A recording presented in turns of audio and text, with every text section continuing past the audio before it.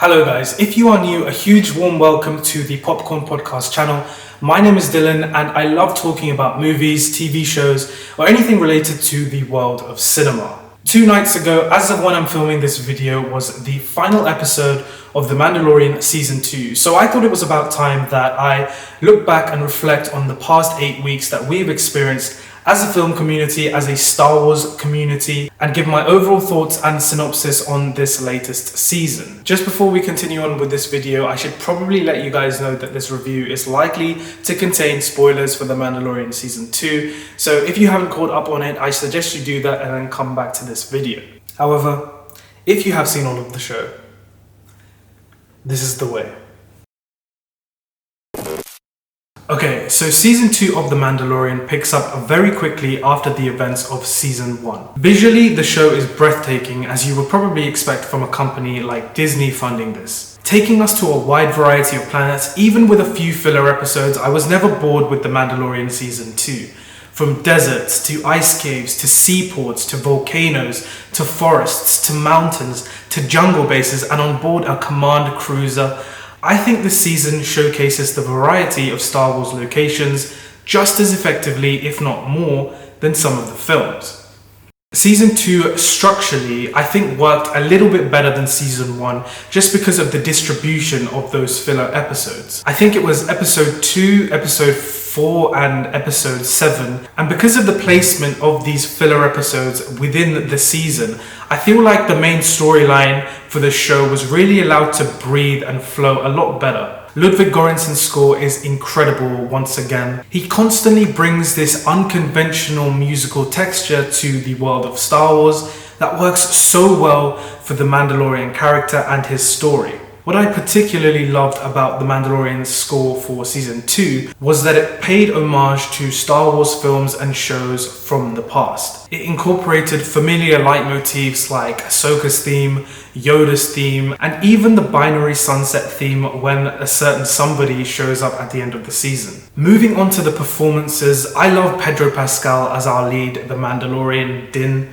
Although he has a couple of more scenes with his helmet off in this season, once again, I think he has more than demonstrated how capable of an actor he is with his ability to convey emotion with just his voice and body. I've loved Pedro Pascal in pretty much everything he's done, particularly Game of Thrones, and more recently actually Wonder Woman 1984. He's currently one of my favorite actors working today, and without a doubt, his role as the Mandalorian is my favorite of his yet. He absolutely owns this character. Baby Yoda, of course, is great, and one of the things I really love about Season 2 was just how much more we learn about his character. You know, he's not just this cute, cuddly infant, he's an actual character. We learn that his name is Grogu and has origins that tie back to the prequel days.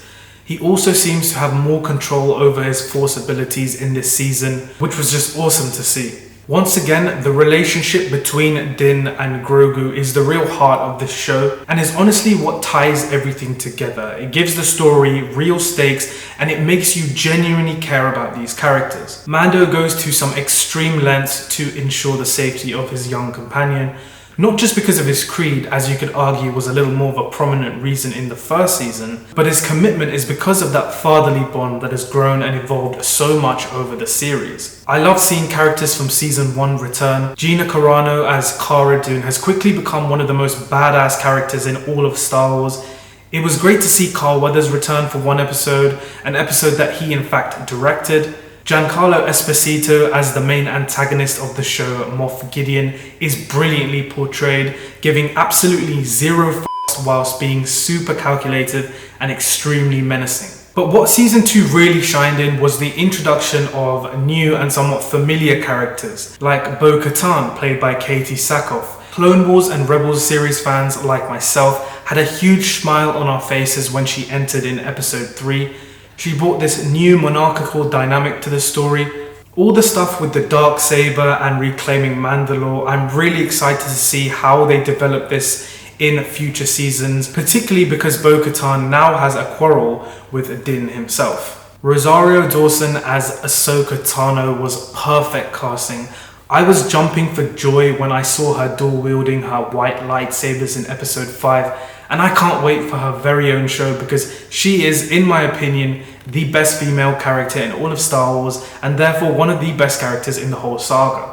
I of course can't forget to talk about Temuera Morrison as Boba Fett. It has been 37 years since his supposed demise in Return of the Jedi, and finally he's getting the spotlight that he deserves. He gave this season some of the most badass moments like the Stormtrooper rampage in episode 6 and of course the seismic charge drop in episode 7.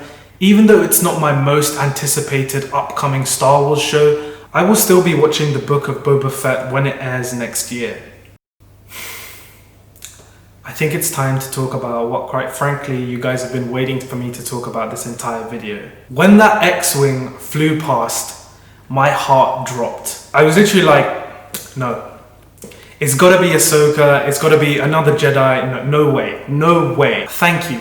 Thank you, Jon Favreau, thank you, Dave Filoni, Peyton Reed, for making us Star Wars fans once again feel like we were 6 years old, watching our childhood hero, Luke Skywalker, once again. Cutting through those dark troopers like a knife through butter, that emerald green lightsaber dancing through foes one by one, I was crying.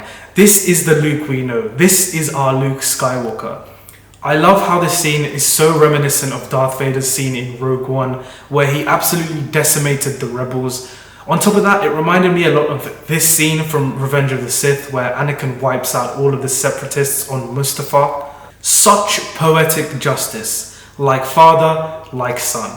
My eyes lit up even more when R2 rolled in. That was beautiful. Guys, I would love to know, how did you react in that exact moment? Did you have a more subdued emotional response, or were you going batshit crazy? Or were you a mix of the both? Comment down below, I would love to know. Anyways, it's moments like this where tonally, Season 2 feels a lot more different to its predecessor. Season 1 I thought was very much like the Batman Arkham games, The Witcher, and maybe a bit of Assassin's Creed, drawing on elements of spaghetti westerns and samurai films as well. Whilst Season 2 definitely continues on some of those elements, there's no denying that it was very much a season for Star Wars fans. It expanded on previous material like Clone Wars and Rebels, whilst introducing completely new possibilities for the future of this saga. Now I feel like you can take this one of two ways. It can either be a good thing or a bad thing. Which brings me on to my main negative of Season 2. Well, I say negative, but it's more of a mixed feeling that I have. Fan service. Okay, look, I love myself a bit of fan service. However, I am not completely oblivious to the fact that it can sometimes divert and in some instances take away from existing characters. One of the best things about Season 1 was that it was a new and original Star Wars story that had some but few ties to the greater franchise. It was very much its own show. Season 2, on the other hand, is a complete shift from this, and my problem with this is that I feel like in some moments, fan service, despite absolutely loving it, kinda stole the spotlight from our main character. I feel like in a series called The Mandalorian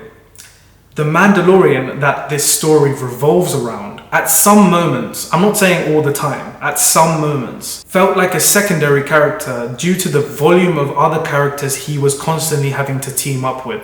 We have Bo-Katan, we have Ahsoka Tano, we have Boba Fett, we have Luke Skywalker. Now, I'm not saying that the writing was bad, or it didn't develop the Mandalorian character, or it didn't make sense, but I felt like sometimes it was difficult to really appreciate his character and his contribution when he had so much help from others. In Season 1, yes, he had help, but he was still doing the majority of the heavy lifting.